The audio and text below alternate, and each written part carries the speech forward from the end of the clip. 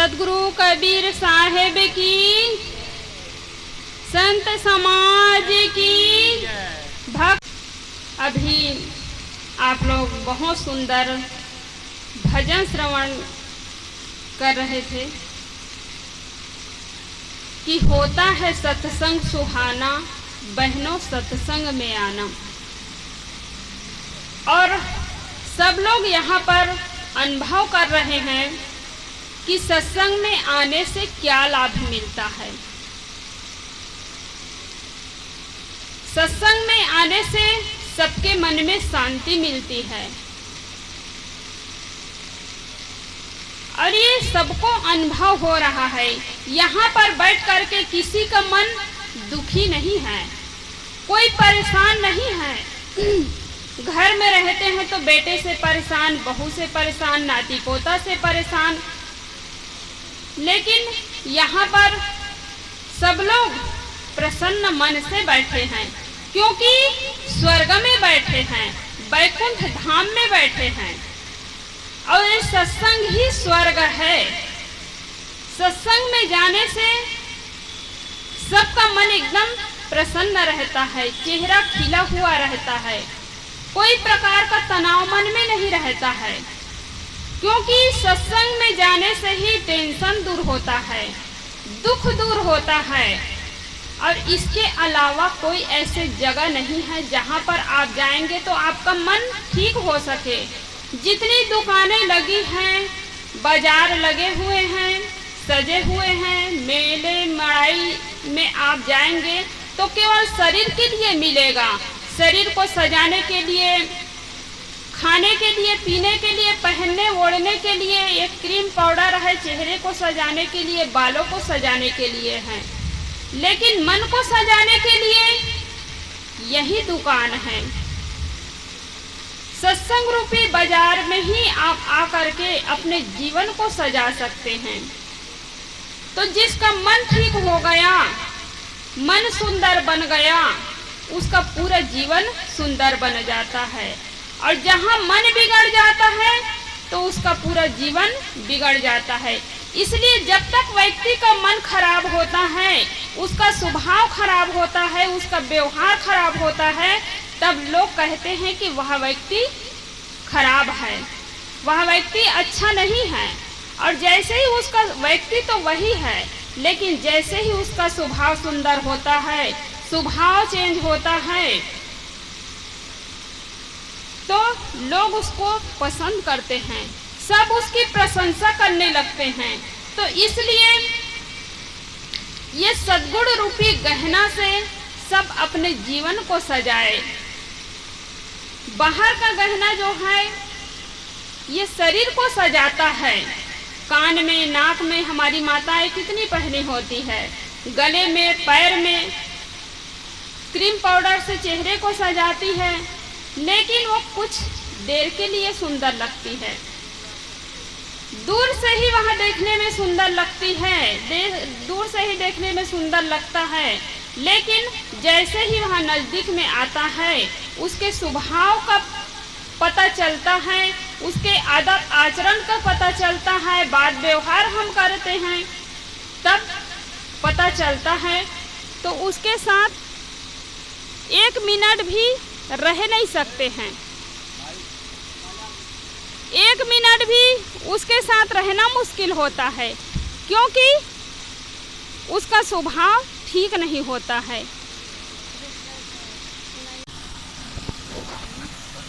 तो चेहरे की सुंदरता कुछ देर के लिए है, लेकिन जीवन की सुंदरता, स्वभाव की सुंदरता जीवन भर साथ देता है। जीवन भर वह व्यक्ति सुंदर लगने लगता है, और यहाँ तक कि हमारे सामने प्रत्यक्ष न रहते हुए भी वह सुंदर लगने लगता है।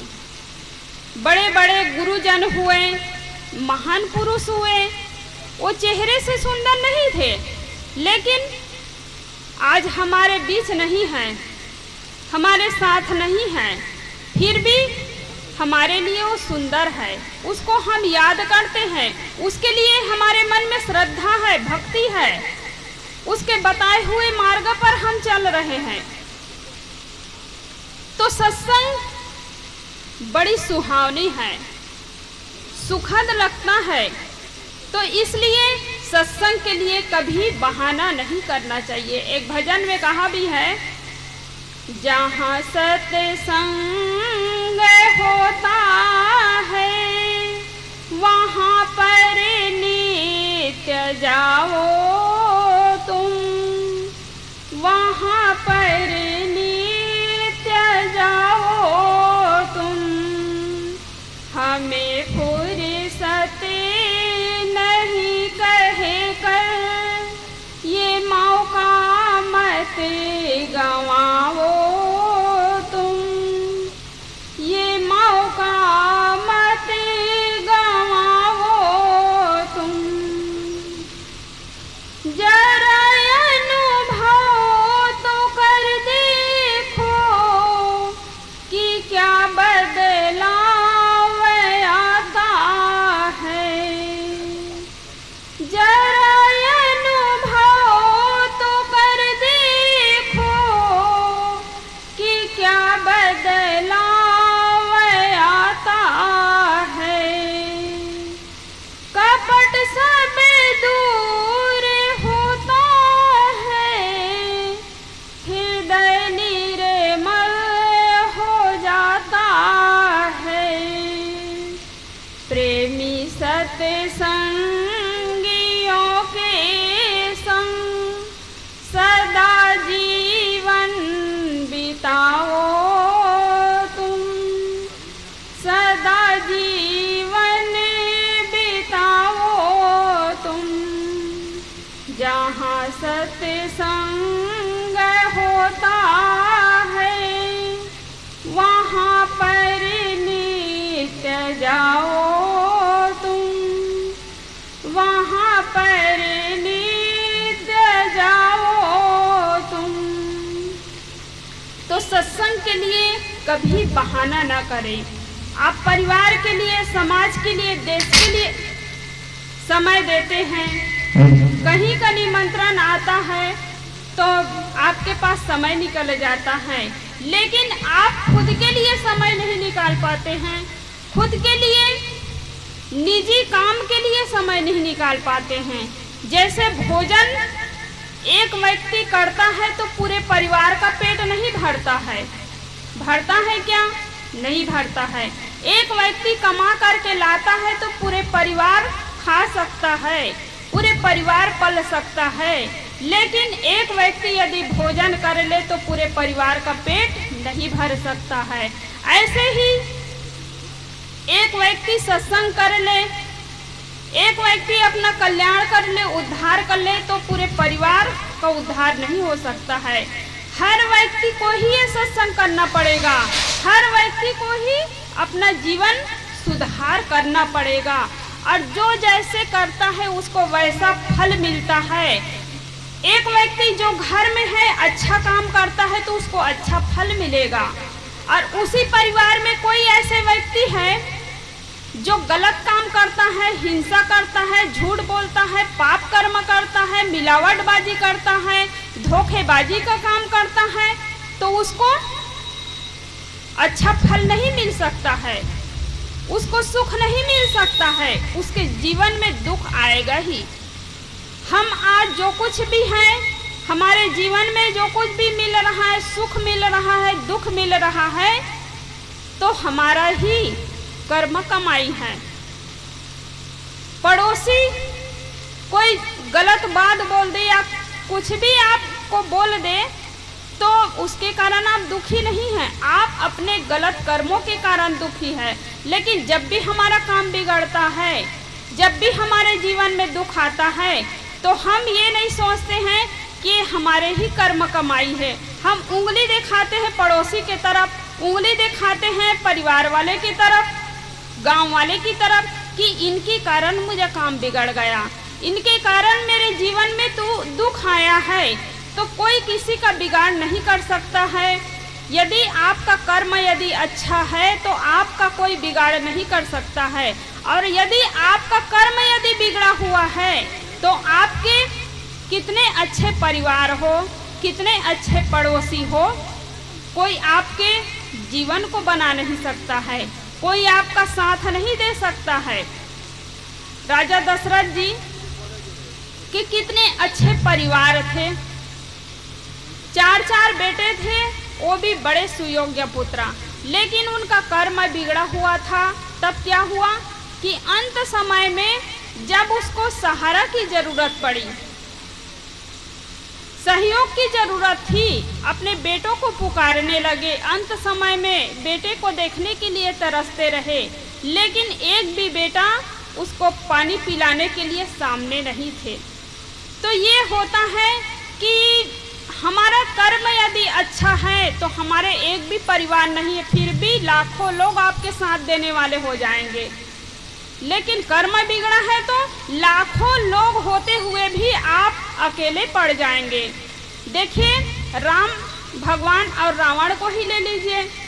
रावण के कितने सैनिक थे, लाखों सैनिक साथ साथ चलते थे, लेकिन जब अंत समय आया तो कोई सैनिक साथ दे पाए? नहीं दे पाए। अंत में उसका विनाश ही हुआ। राम भगवान सत्य पथ पर चलते रहे। जब अयोध्या से निकले तो कोई सैनिक उसके साथ में, कुछ मंत्री उसके साथ में, कोई नहीं गए। राम, लक्ष्मण, सीता माता तीनों गए, लेकिन जब उसको सहयोग की जरूरत पड़ी, सहायता की जरूरत पड़ी, तो लाखों लोग साथ देने वाले हो गए। विपत्ति के समय में लाखों लोग साथ देने वाले हो गए। तो इसलिए आप यदि अच्छा काम करने के लिए निकलते हैं, अच्छे काम में लगते हैं, तो आप कभी ये न सोचे, रहने दीजिए, ये चल रहा है, रहने दो। नहीं, सुनो ना, सुनो, रहने दो, चल रहा है। हाँ, बस। तो इसलिए आप कभी ये ना सोचें कि मैं अच्छा काम करने के लिए निकल रहा हूँ, अच्छा काम करने के लिए जा रही हूँ या जा रहा हूँ, तो लोग मुझे क्या बोलेंगे, ये आप कभी ना सोचें। ऐसे हीन भावना कभी ना लाए। आप ये देखिए कि मैं जो काम करने जा रहा हूँ या काम करने जा रही हूँ वो अच्छा है कि गलत है। गलत रास्ते पर जा रही हूँ, अच्छे रास्ते पर जा रही हूँ। सत्संग में जाने के लिए आप किसी को बोलते हैं तो वो नहीं जाते हैं। आप निकलते हैं सत्संग में जाने के लिए, आपको लोग उल्टा सीधा भी बोलेंगे, गलत बात भी बोलेंगे, उसको भी सह लीजिए, उसको भी सुन लीजिए, क्योंकि भविष्य में आपका जीवन अच्छा बनने वाला है, आपको कुछ अच्छा मिलने वाला है।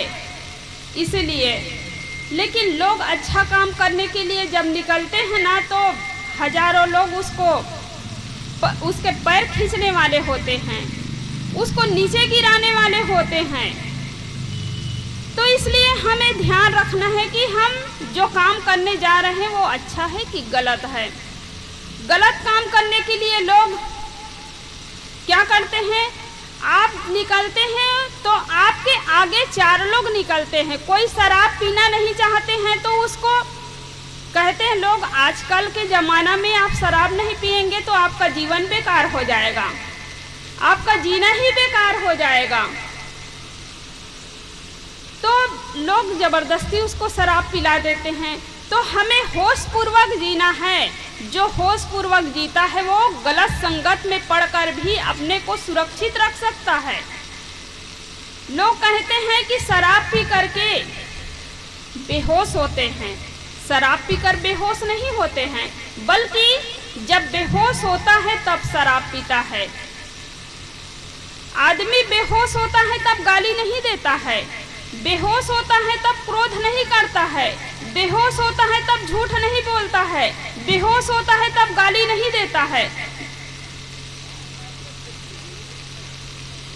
बेहोश होता है तभी गाली देता है, झूठ बोलता है। गाली देने के बाद बेहोश नहीं होता है, शराब पीने के बाद बेहोश नहीं होता है। पहले आदमी बेहोश होता है, तब गाली देता है, तब झूठ बोलता है, तब मिलावटबाजी करता है, तब हिंसा करता है, तब मांस खाता है। और जो होश में जिएगा वो कभी गलत काम नहीं कर सकता है। तो इसलिए हमें होश में आना है। ये सत्संग है, भजन है, कीर्तन है, गुरुजनों के निकट बैठते हैं तो आपको होश में लाने के लिए हैं कि आदमी जी तो रहे लेकिन बेहोशी में जीवन जी रहे हैं, बेहोशी में खाना खा रहे हैं। कभी कभी आप देखे ही होंगे घर में कि जब माताएं भोजन परसती हैं तो आधी थाली भोजन खत्म होने के बाद पूछती हैं कि सब्जी का नमक कैसा है, सब्जी का स्वाद कैसा है। तो क्या कहते हैं पता है कि रुक जाओ थोड़ी, मतलब एक और खा करके देखता हूँ, थोड़ा खा करके देखता हूँ तब बताता हूँ। उसके सामने फिर भोजन उठा करके खाता है तब बताता है कि सब्जी का नमक कम है या ज़्यादा है, क्योंकि बेहोशी में भोजन कर रहा है। आधी थाली भोजन खत्म, लेकिन वो सब्जी का नमक कैसा है, स्वाद कैसा है ये पता नहीं है, क्योंकि टीवी देखते देखते भोजन कर रहे हैं, दोस्तों के साथ बात करते करते भोजन कर रहे हैं, अखबार पढ़ते पढ़ते भोजन कर रहे हैं। तो दिमाग उधर है, जहाँ हम भोजन कर रहे हैं वहाँ हमारा ध्यान नहीं है। तो इसलिए हर काम को करते समय हमारा ध्यान उस पर होना चाहिए। और जो ध्यानपूर्वक काम करता है, ध्यानपूर्वक व्यवहार करता है, वो कभी गलत नहीं कर सकता है। इसलिए ये गलत काम में लोग फंसे हुए हैं, उलझे हुए हैं, दुखों में फंसे हुए हैं, उसको निकालने वाली ये गुरुजन है, ये सत्संग है, सद्ग्रंथ है। लेकिन सत्संग पाकर भी अपने जीवन को न सुधारे तो गुरुजन क्या कर सकते हैं, अच्छी राह क्या कर सकते हैं, सद्ग्रंथ क्या कर सकेगा। राह विचारी क्या करे, जो पंथी न चले विचार, आपन मार्ग छोड़ के फिरे उजार उजार। अपना जो सही मार्ग है उसको छोड़ करके गुरुजन सही मार्ग बताते हैं, कभी गलत मार्ग नहीं बताएंगे। और सही मार्ग को छोड़ करके कोई गलत रास्ते पर चले, कांटा कंकड़ खाई में चले तो रास्ता का क्या दोष है। माता पिता अच्छे हैं तो माता पिता का क्या दोष है, गुरुजनों का क्या दोष है, सद्ग्रंथ का क्या दोष है, सत्संग का क्या दोष है।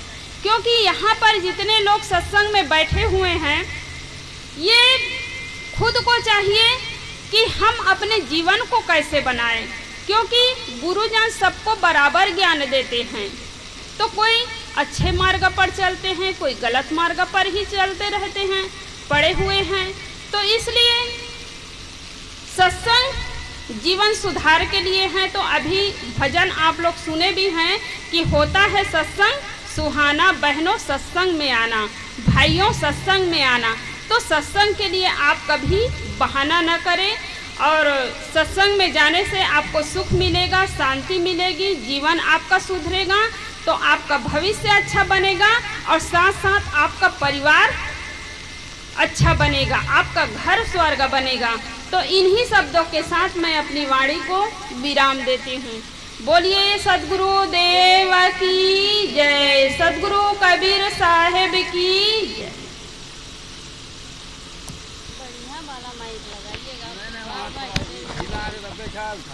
हिला दिया उन्हीं, देखेगा तब ना, देखबे नहीं किया।